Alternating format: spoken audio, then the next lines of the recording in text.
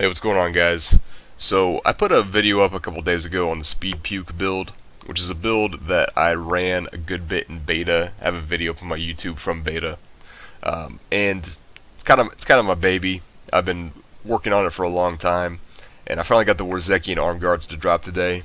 So it's almost complete. I need one item to make it perfect, and that's the Shukrani's Triumph, which is the mojo that makes your spirit walk last until you come within 30 yards of an enemy or attack. Uh, that's really good in situations where you have to backtrack. Like, say you're doing bounties and you're in a dungeon and you have to backtrack a good bit because you went the wrong way, there's a dead end. Having your spirit walk like that is insane for backtracking. So I don't have that, but it's just about complete. And I know I just put a video up, but it's night and day compared to what it was a few days ago with the legendaries I've received recently. So let's go over it real quick, what's changed. As far as the build first, the build is relatively the same. I think the only difference is I'm running Pierce the Veil. So Zombie Bears for elite champions and bosses, Acid Rain for clearing trash, Rain Dance again with Zombie Bears for elite champions and bosses, Horrify Stalker for the increase in movement speed and also for the fear with the ring, which we'll go over in a minute. Jaunt, Spirit Walk, this could also be Honored Guest if you needed it to be. Soul Harvest, Vengeful Spirit for an extra AoE nuke that's off of cooldown constantly with Grave Injustice. Pierce the Veil for raw damage. We're killing so fast, we have stacks of Gruesome Feast all the time, and also we get mana back. And then Blood Ritual for more resource cost reduction. And then as far as the gear, so what's really changed since the last video is the Warzekian Arm Guards. Every time you destroy a wreckable object, you gain a short burst of speed. But then also I'm now running the Mana Jumas set, which gives you 30 mana per kill. With the 2-piece Zuni, that's 60 mana per kill. And then you're surrounded by a deadly poison cloud. Now this cloud I've seen tick for up to like 7 million. I could probably tick higher, but that's not really why we're running it. I mean, that's relevant on like elites and bosses and champion packs. Otherwise, we're killing so fast and moving so fast, the damage from the dot of the cloud really isn't that relevant. But the biggest thing is that we don't have to run an ability to break wreckables. Like, we can just run through a zone and break the wreckables with the aura for the Warzekian Arm Guards, which in the beta video I was running Mana 2, which is the Spirit Barrage rune that puts a spirit above you and he shoots out like spirit bolts and breaks wreckables and just sits above your head for like 20 seconds. And that was pretty good, but this allows me to not have to run that. Because what I ended up doing in the beta, my gear was good enough that I ran that instead of Zombie Bears, and I just used Acid Cloud on everything, even elites and champions and bosses. But Zombie Bears is so much faster on elites and champions. I think this is better overall. So that's what we're running. As far as the rest of the gear, I mean, it's relatively the same. They got the 2-piece Zuni going on. We've got the Rondels Locket and Profane Pauldrons, which each have 6 pickup radius, puts us at 12. I'd highly recommend that for picking up stacks of Gruesome Feast. We've got the Rochelle's Ring of Larceny, which is the other big movement speed buff. 55% increased movement speed for 4 seconds after fearing an enemy. And then with the Ticklandian Visage, my Horrify lasts for 7 seconds. Now, just to kind of go over how that synergy works, each time you fear a new enemy, that proc gets refreshed. So you fear the first enemy right when you cast it, and at the very end, at the 7-second mark, you fear another enemy. It's gonna proc it, and it's gonna proc it all the way in between that. Also on every monster you run past. So I would say you have about an 80% uptime on that or so. Harrington Waistguard, opening a chest grants you increased damage. This is just kind of ridiculous. You don't have to run it, but in most places when you're doing bounties this quick, you'll be able to click something. Because it works on chests, dead bodies, weapon racks, armor racks, bookcases, pretty much anything. So I've got zombie charger damage here and here. I would like to have probably more Acid Cloud, but zombie charger is fine. We don't have any on the Mana Jumas at the moment, which is unfortunate, but what are you going to do? I'm also running the Pandemonium Loop, which has another almost 15% chance to fear, which equals more movement speed here. And then enemies slain while feared die in a bloody explosion, and then also cause other enemies around them to flee in fear. So, like, in any other build, you wouldn't want to make things run away like that, but we have so much AoE, honestly, very rarely is it annoying. Like, every once in a while something will get feared away, and you're like, man, I wish that didn't happen, but I like the ring. You don't have to run this by any means, but it gives you more uptime on the ring. So let's see, what else do we got? It's pretty much about it. I mean, we're stacking poison damage, as always. We got 16 here, 19 here, 20% there. That's really about it for the gear. As far as Paragon goes, get as much movement speed as you need. Get to 25% on your sheet. I've got 11% on my boots, so I needed 14% personally, and then went max int after that. Offense was crit chance and then crit damage. Defense was all res, then life percentage. And utility was resource cost reduction and then area damage. I'm actually kind of low on crit chance, and I've thought about putting a ruby into my weapon because of it. I'm only at 45.5% chance to crit, but I still crit a ton, which you'll see here in just a minute. So I'm not too worried about it. But if you have really low crit chance, you could consider running a ruby. But I feel like I'm like right at the breaking point to where I don't need to do that. And then we're at 444% chance to crit damage, which that's kind of why I don't really want to, because the crit damage is so high. I'd like to be at about 50% chance to crit. 55 would be ideal. Preferably, what I'd like to get is a Rondel's Locket with poison damage, int, crit damage, crit chance. That would be perfect for this build, and pretty much take care of that entire issue.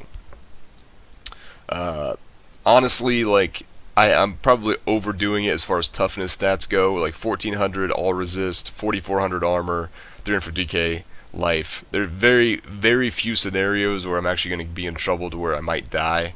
Most of those are because I get myself into a situation where I like run fire chains or electrified or something. But yeah, then man, my damage is 905k unbuffed with the Pierce the Veil, and then 4100 toughness, or 4,100,000 toughness. So let's go ahead and get into it. Let's go kill Skeleton King. I want to show you how fast bosses die. So again, just broke a wreckable object for the Warzekians right there.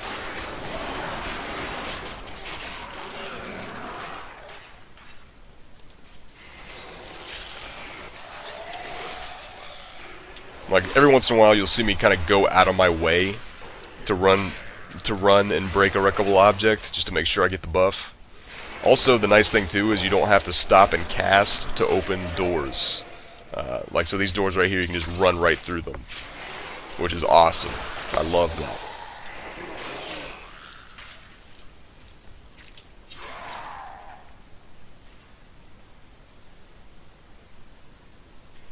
So wake this guy up here. Now, I normally put an SOJ on for bosses. Just quick swap to it real quick. And I'll show you exactly how much just with the SOJ, and in a minute it'll be with no buffs at all, how much damage the aura from the two pieces ticking for. So a little over 2 million. 2.3 million or so. Which really is not, I mean, that's not irrelevant. It's not bad. So pretty much just cast Rain Dance and channel your bears.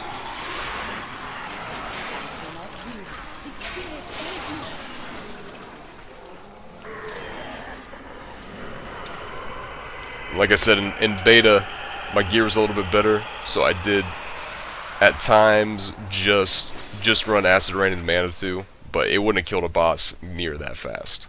Zombie Bears kills much, much quicker.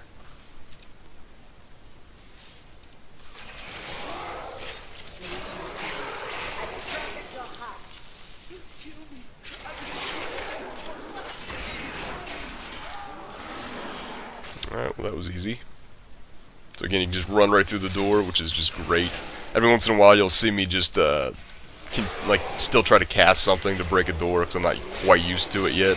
I just started running this Manajuma set.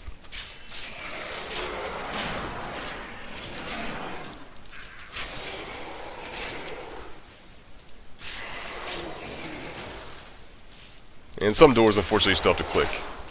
Alright, we'll go do one more bounty real quick. Go to Weeping Hollow. But, I mean, the majority of Witch Doctors are kind of focused on pet builds right now, which is understandable. Pet builds are really fun.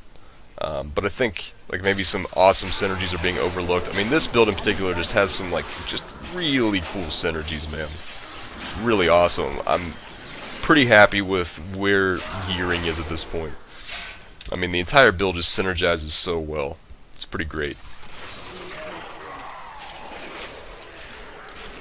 And I seriously doubt that you're going to be able to farm solo bounties much faster than this as a Witch Doctor. I mean, like, you may be able to run a variant of this that's a little bit faster, but I don't know. I seriously doubt it.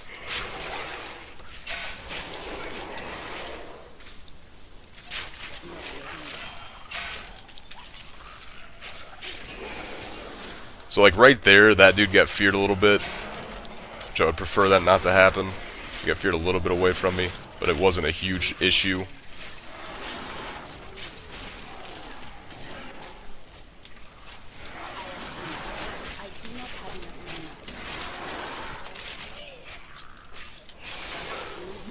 And it's like a little bit of mana issue too right there, where if you're like a little bit newer to the build, I wouldn't really recommend Pierce the Veil.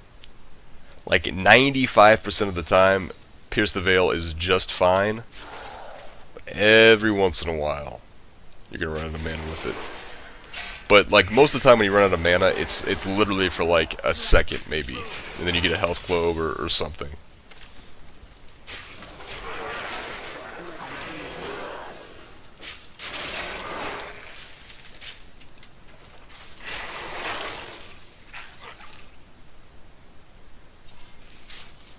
So like that stretch right there, that's where the Shukrani's Triumph would be amazing.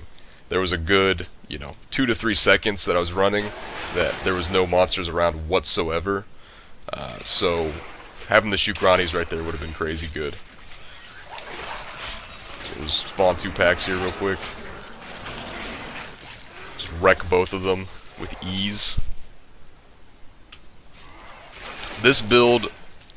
Now this, I have not gone up to Torment 3 with this build yet, but I'm on the verge of being able to do Torment 2, so I would assume that with good gearing, Torment 3, speed farming, solo with this build is extremely going to be extremely viable. So, it's not like Torment 1 is going to be the only thing you can possibly ever do with this. Fortunately, there's no wreckables around right here. So again, right here, see, like I went around in the circle, this is a good showcase of why the Shukrani's Triumph would be so good. Because I would have, right now, I would have Spirit Walk still. Spirit Walk would just be up this entire time. And I could Spirit Walk all the way back up here, opposed to it lasting 3 seconds. When I get that, that'll make it much, much crazier.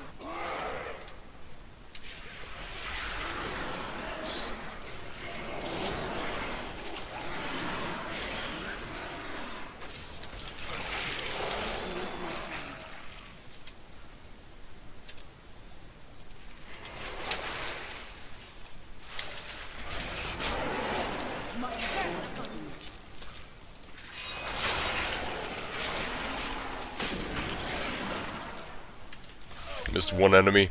Oh well. Alright, so there you go, guys. That's the build. I hope you enjoyed it. I hope you like it. It's pretty legendary intensive. I mean, you need a lot of legendaries to make it work. You don't have to run the Mana Jumas set or the Pandemonium loop, but you really do need the Rochelle's Ring, the Warzekians, and the Ticlandian Visage. More than anything, the speed pieces, which the Ticlandian may as well be a speed piece.